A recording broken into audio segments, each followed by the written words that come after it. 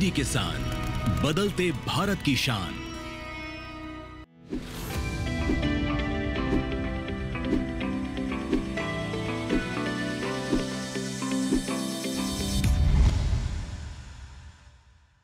नमस्कार, स्वागत है आपका सरकार आपके साथ में। मैं हूं अंटू सिंह। सरकार आपके साथ एक ऐसा कार्यक्रम है जिसमें हम आपको उन तमाम योजनाओं के बारे में जानकारी देते हैं जिनसे जुड़कर आपका जीवन बेहतर हो सकता है।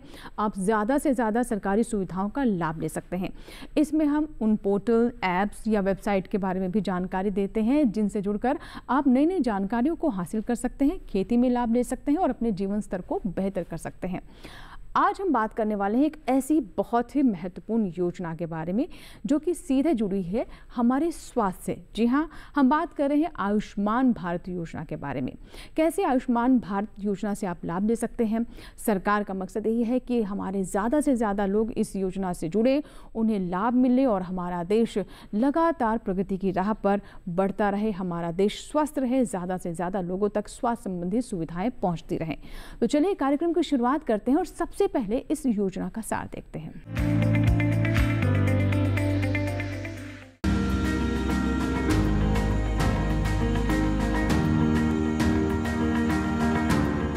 आयुष्मान भारत दरअसल प्रधानमंत्री जन आरोग्य योजना यानी पीएम जय का एक अंग है। इसकी घोषणा 2018 के बजट में की गई थी। योजना का मकसद देश की निचली 40% आबादी को हर साल 5 लाख रुपए तक का स्वास्थ्य कवर प्रदान करना है। जब योजना शुरू की गई थी तो 10 करोड़ से कुछ अधिक परिवार इसके पात्र थे, लेकिन आज ऐसे परिवारों की संख्या 12 करोड़ 34 लाख तक पहुंच गई है। योजना के लाभार्थी माध्यमिक और तृतीयक देखभाल के लिए अस्पताल में भर्ती हो सकते हैं और हर साल 5 लाख रुपए तक का मुफ्त इलाज करा सकते हैं। योजना का लाभ उठाने के लिए आयुष्मान कार्ड बनवाना होता है। यहाँ ये जानना भी जरूरी है कि इलाज आयुष्मान भारत में सूचीबद्ध अस्पतालों में ही हो सकता है, दूसरी जगहों पर नहीं। योजना के तहत आयुष्मान भारत स्वास्थ्य खाता भी खोला जा रहा है। इसके माध्यम से किसी भी शख्स की सेहत से जुड़े सभी रिकॉर्ड्स को डिजिटल तरीके से सुरक्षित रखा जा सकता है। पात्र परिवारों के सभी सदस्य इस योजना में शामिल रहते हैं, चाहे उसकी उम्र कुछ भी हो। जून 2024 तक 7 करोड़ से अधिक लाभार्थियों ने अस्पताल में भर्ती होकर इलाज कराया। इनमें 49% महिलाएं थीं। इस दौरान जनता को 1 लाख करोड़ रुपए से भी अधिक का फायदा हुआ। योजना का लगातार विस्तार किया जा रहा है।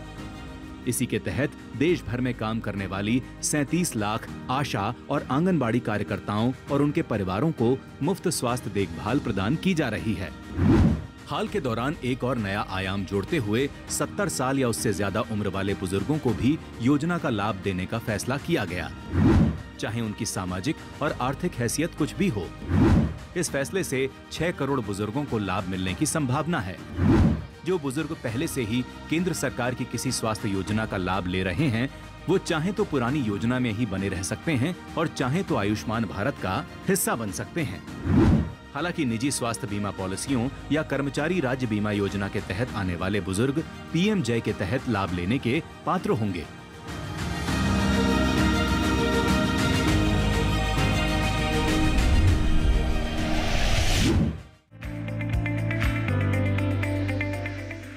तो ये था योजना का सार, जिसमें हमने आपको विस्तार से इस योजना के बारे में जानकारी दी। फिलहाल यहाँ वक्त एक छोटी सी ब्रेक का, लेकिन ब्रेक के बाद जब वापस आएंगे तो बात करेंगे विशेषज्ञ से। कहीं मत जाइएगा, देखते रहें सरकार आपके साथ।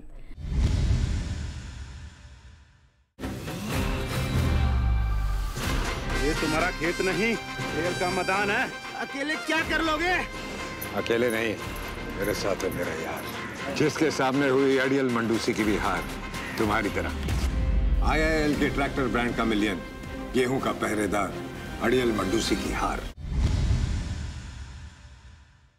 ब्रेक के बाद एक बार फिर आपका स्वागत है। आप देख रहे हैं सरकार आपके साथ। आज हम बात कर रहे हैं आयुष्मान भारत योजना के बारे में। चलिए बात करते हैं हमारे आज के विशेषज्ञ से।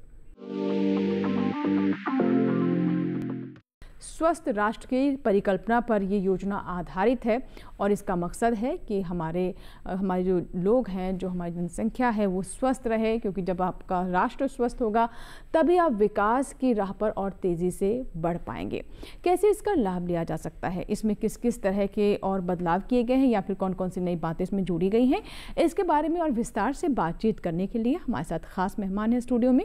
आइए उनसे आपकी मुलाकात करवाते हैं। डॉक्टर के मदन गोपाल जी हमारे साथ हैं। सर बहुत बहुत स्वागत है आपका। डॉक्टर के मदन गोपाल, सलाहकार NHSRC स्वास्थ्य एवं परिवार कल्याण मंत्रालय भारत सरकार में, और इस योजना से जुड़े हुए जो महत्वपूर्ण बिंदु हैं उन्हें समझना बहुत ज़रूरी है, क्योंकि जागरूकता होगी तभी ज़्यादा से ज़्यादा लोग इसका लाभ उठा सकेंगे। तो सर सबसे पहले इस योजना के बारे में जानते हैं, इसका मकसद क्या है और इस मकसद की पूर्ति के लिए अब हम कहाँ तक पहुँचे हैं। धन्यवाद। ये बहुत महत्वपूर्ण प्रश्न है। हम लोग ने, जैसे आपने बताया, जागरूकता की बात, जैसे आप देखेंगे हम लोग साल में कोई बीमार पड़ता है घर में जी। कोई गरीब आदमी बीमार पड़ता है तो एक जो उसके और दूसरे परिप्रेक्ष्य में देखें, जब कोई गरीब आदमी बीमार पड़ता है तो इलाज कराने से कतराता है, वो जाता ही नहीं इलाज कराने। जैसे हमारे किसान भाई भी हैं, कोई बीमार पड़ता है, जब तक कि उसकी रोज़मर्रा के उसमें बाधाएं नहीं आती, जब तक कि वो इलाज कराने के लिए बहुत ज़्यादा चिंतित रहता है। दूसरा उसका डर रहता है कि अगर इलाज कराने जाएगा तो खर्चा बहुत होगा। खर्चा बहुत होता है तो बहुत बार ये होता है कि उसको या अपनी ज़मीन, खेत या सब कुछ बेचना पड़ता है इलाज कराने के लिए। उसके डर के कारण वो अपना इलाज नहीं करा पाता, जिसके कारण उसकी जो प्रोडक्टिविटी है, जो अपनी वो ज़्यादा अच्छे से काम दक्षता से कर सकता है, वो नहीं कर पाता। इसी सब को चिन्हित करते हुए सरकार ने एक योजना स्टार्ट करी जिसे आयुष्मान भारत प्रधानमंत्री जन आरोग्य योजना बोलते हैं। इसमें कोशिश ये की गई है कि जो ये डर है, पहले तो लोगों के मन से डर निकले, जो पात्र वो हैं, कि वो इलाज कराने आगे आएँ और इलाज करा लें ताकि उनकी प्रोडक्टिविटी बनी रहे। जी जी। एक तो दूसरा, उसका जो व्यय होने का डर रहता है, उस व्यय होने के डर से भी उसको मुक्ति मिल सके। इसका मतलब ये हुआ कि जो आउट ऑफ पॉकेट एक्सपेंसेस होते हैं, अगर टेक्निकल टर्म में मांगना जाए, प्लस उसके अंदर इतनी क्षमता है, उसका इतना एम्पावर करें ताकि वह कोई भी अस्पताल, प्राइवेट हो गवर्नमेंट हो, जाकर इलाज करा सकते। इसी अवधारणा के साथ ये योजना को लागू किया गया, 2017 से लागू है। इस योजना के अंतर्गत कोई भी जो लाभ, जो चिन्हित परिवार हैं, चिन्हित परिवार का एक उसका डिफाइंड क्राइटेरिया है, वो मैं भी थोड़ी विस्तार से बताऊंगा जी जी। लेकिन इस योजना में एक परिवार को, परिवार मतलब एक मुखिया, उसके साथ जो जितने भी आश्रित लोग हैं, जो परिवार का जो हमने परिभाषा किया हुआ है, उसमें एक साल में 5 लाख रुपए तक के चिकित्सा का सुविधा उठा सकता है। जो भी आपके पंजीकृत अस्पताल है वहाँ पे, सरकारी हो गैर सरकारी हो, दोनों जगह में जाकर उसका लाभ उठा सकता है। जी जी। इसका मतलब सरकार के द्वारा ये योजना है, उन चिन्हित परिवारों के लिए योजना है जो अपना इलाज नहीं करा सकते या उनको डर लगता है इलाज कराने से कि व्यय बहुत होगा, उनके लिए ये योजना है। तो इसमें दूसरा प्रश्न आता है कि कौन लोग इसका लाभ ले सकते हैं।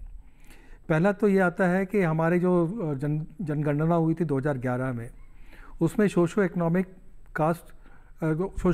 क्लासिफिकेशन दिया हुआ है, जिसमें डिप्राइवेशन क्राइटेरिया दिया हुआ है।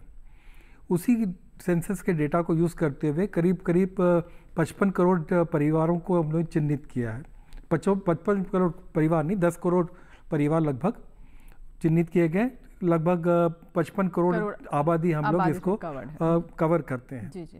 तो इसमें आप देखिए कि लाभ कितना ज़्यादा है। तो जैसे आप और पूछेंगे और हम लोग उस पर चर्चा करते हैं। ये यहाँ पर बहुत ही व्यवहारिक बात यहाँ पर रखी है कि कई बार हम सोचते हैं कि हम इलाज को लेकर हमारी सोच सही नहीं है या फिर हम इलाज को सही नहीं समझते। बहुत बड़ी बाधा होती है धन की कमी की वजह से या फिर उस तरह की सुविधाएं ना होने की वजह से कई बार इलाज से हिचकिचाते हैं। लेकिन इसी असुविधा को दूर करने का प्रयास सरकार की तरफ से किया गया है, जिसके बारे में अभी हमने आपको बताया। अब सर हम जान लेते हैं कि जैसे कि आपने बताया कि 10 करोड़ यूनिट, एक परिवार को जैसे यूनिट इसमें माना गया है, जिसके अंतर्गत 50 करोड़ तक लोग इसमें कवर्ड हैं। जो आंकड़े हैं वो बताते हैं कि 40% जो हमारी आबादी है वो इस योजना के अंतर्गत कवर्ड होती है, जो कि बहुत बड़ी हम कहें कामयाबी है हमारे लिए। कौन कौन लोग इसके पात्र हो सकते हैं? मान लीजिए कोई आम व्यक्ति है, कोई किसान है या फिर शहर में रहने वाला ही व्यक्ति है, उसे आयुष्मान कार्ड बनवाना है, तो उसे किन किन बातों का ध्यान रखना होगा? किस तरह के कागज़ उसे चाहिए? कहाँ से बनेगा? ये बहुत ही इम्पोर्टेंट प्रश्न इसलिए हो जाता है क्योंकि कई जैसे ऑफिस में भी काम करते हैं, ड्राइवर हमारे पास आता है शहर में जो काम करते हैं, वो बोलता है कि मैं इसमें कवर्ड हूँ कि नहीं हूँ। एक प्रश्न ये आता है। तो पहला तो जैसे मैंने आपको बताया कि socio economic caste census classification जो दिया हुआ है उसमें 2011 का, उसमें वर्गीकृत किया हुआ है, रूरल ग्रामीण क्षेत्रों के लिए वर्ग किया हुआ है कि कौन कौन से व्यक्ति इसमें लाभ ले सकते हैं। और शहरों में, आपके शहरी क्षेत्र में ऑक्यूपेशंस को चिन्हित किया गया हुआ है, करीब 14-15 ऑक्यूपेशंस हैं। वो आपके वेबसाइट पे भी मिल जाता है या चॉइस सेंटर कहीं भी जाएंगे उसे पता चल सकता है।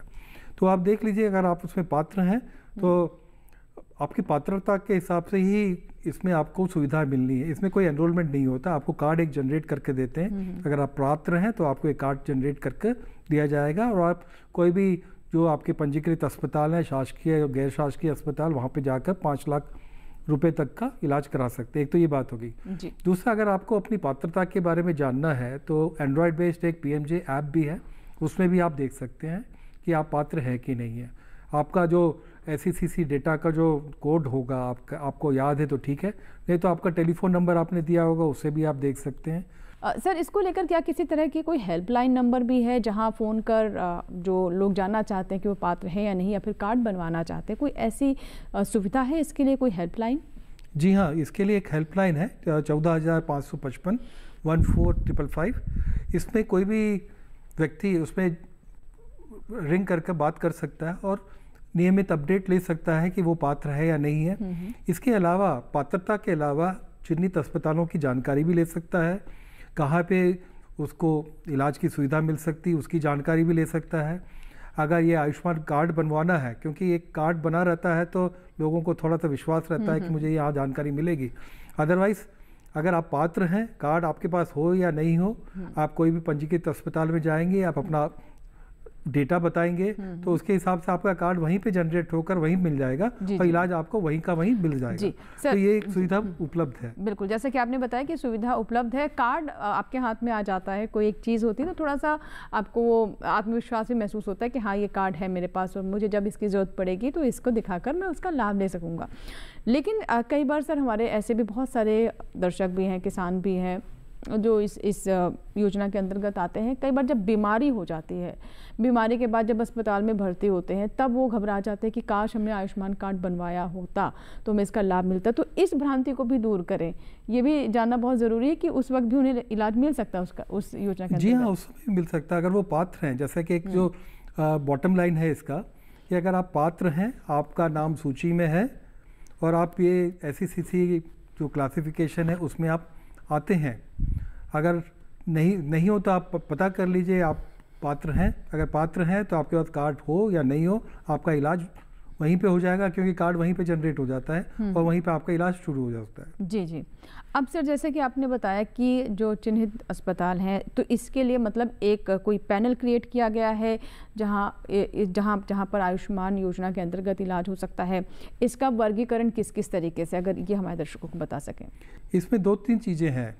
एक तो एक एम्पैनलमेंट क्राइटेरिया बना रखा है PMJ योजना में, कौन कौन अस्पताल इसके पात्र हो सकते हैं।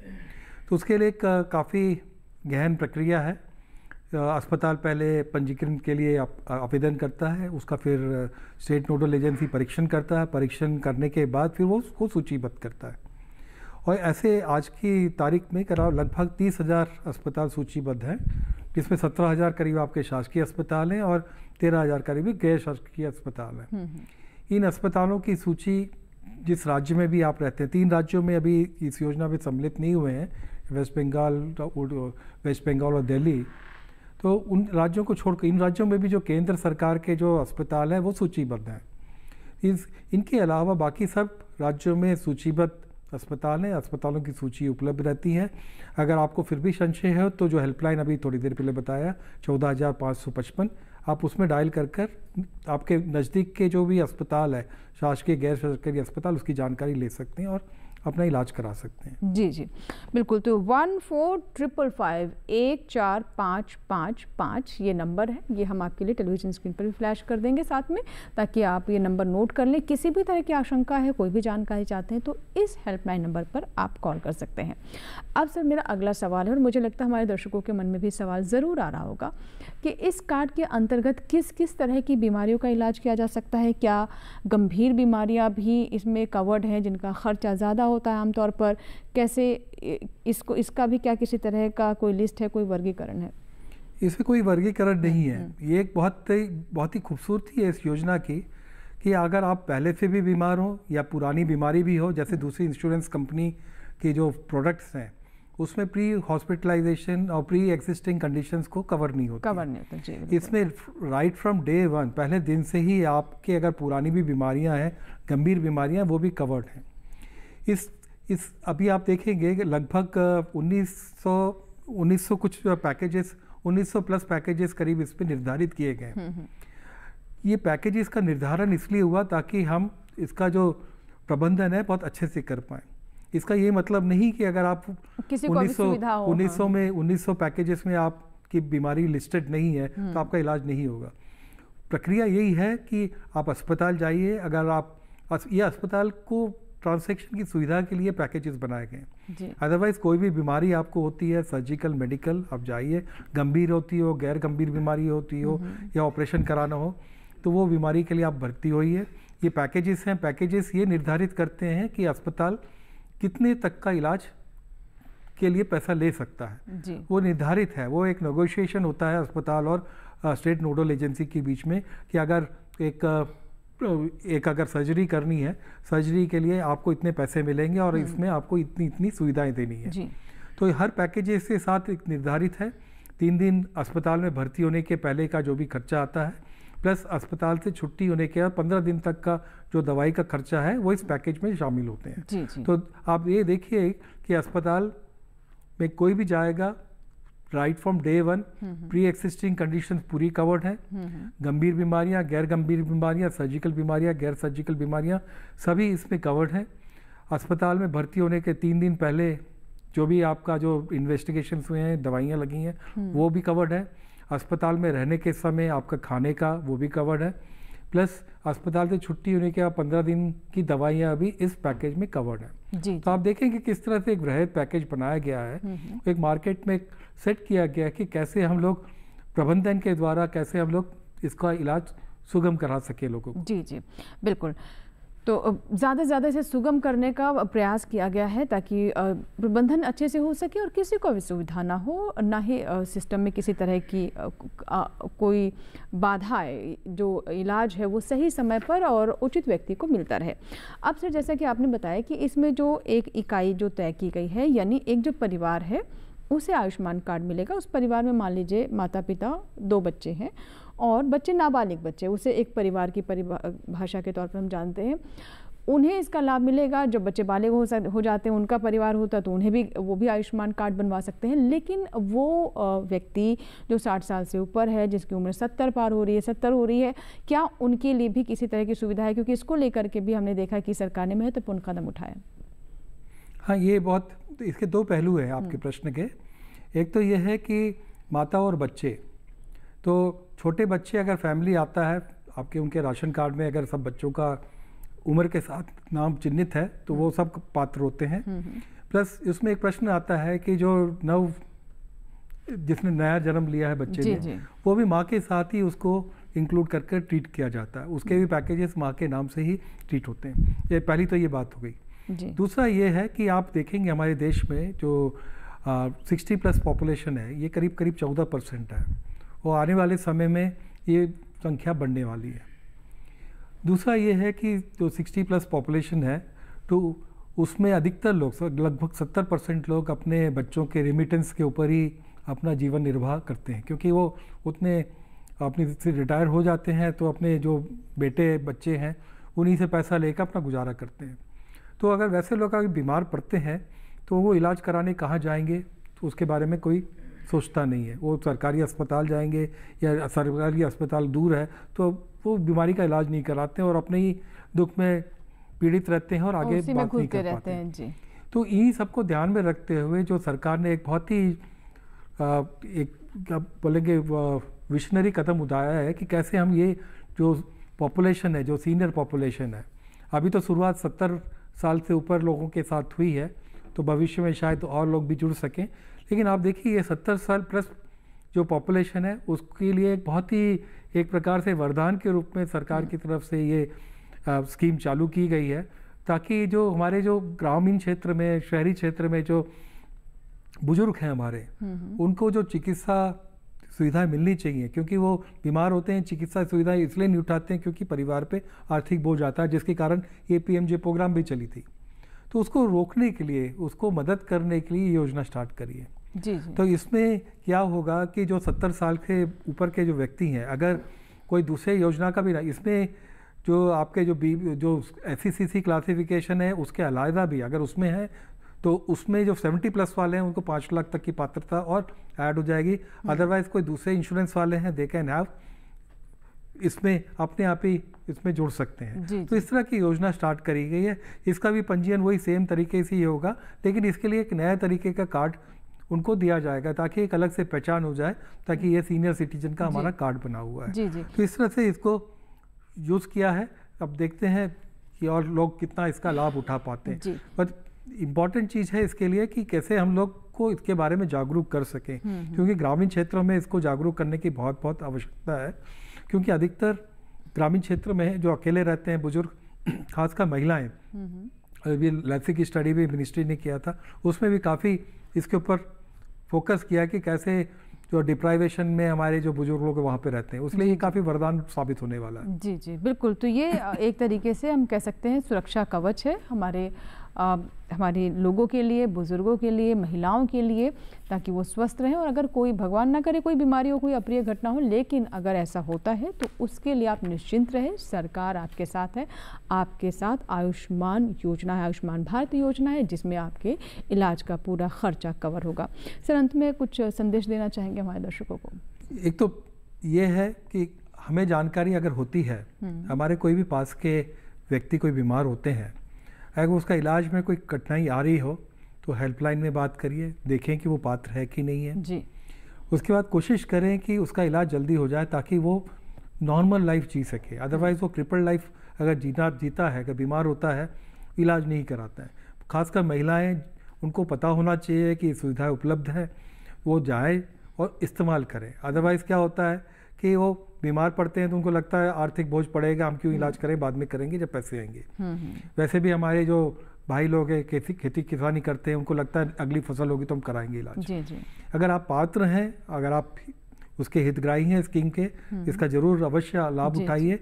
और 70 प्लस वाला जो चालू हो रहा है उसमें भी एनरोल कराइए ताकि हम लोग उसका भी सुविधाएं आप लोगों को दे पाए। जी, तो बिल्कुल आप देख सकते हैं कि सरकार आपकी सुविधा के लिए, हमारा देश स्वस्थ रहे, इसके लिए कितने महत्वपूर्ण कदम उठा रही है। बस आवश्यकता ये है कि आप अभी अपने स्तर पर जागरूक रहें और जो योजना है उसका ज़्यादा से ज़्यादा भरपूर लाभ लें, ताकि हम अपने मकसद में कामयाब हो सके, हमारा राष्ट्र एक स्वस्थ राष्ट्र के तौर पर जाना जाए। सर, बहुत बहुत शुक्रिया हमसे बात करने के लिए और तमाम जानकारी हमारे दर्शकों तक पहुँचाने के लिए बहुत बहुत धन्यवाद। तो ये था हमारा आज का सरकार आपके साथ, जिसमें हमने आज आयुष्मान भारत योजना के बारे में आपको विस्तार से जानकारी दी। ये बताया कि कैसे आप इसके पात्र हो सकते हैं, कितना लाभ मिल सकता है, कौन लोग इसका लाभ ले सकते हैं, कहाँ इसका इलाज किया जा सकता है। यानी कुल मिलाकर कह सकते हैं कि आपकी सबसे मुश्किल घड़ी में सरकार आपके साथ है। बस आवश्यकता ये है कि आप इस योजना के लाभ को लेना सीखें, इससे जुड़ना सीखें। इसी के साथ ही आज की सरकार आपके साथ में फिलहाल इतना ही। लेकिन अगर आपके कोई सुझाव है या फिर आप चाहते हैं किसी विषय पर, किसी योजना को लेकर हम सरकार आपके साथ आपके लिए लेकर आए, तो आप इसकी जानकारी हमें ईमेल कर या फिर हमें हमारे टोल फ्री नंबर पर कॉल करके भी दे सकते हैं। हमारा ईमेल आईडी नोट कर लें, sarkaraapke-sath@gmail.com।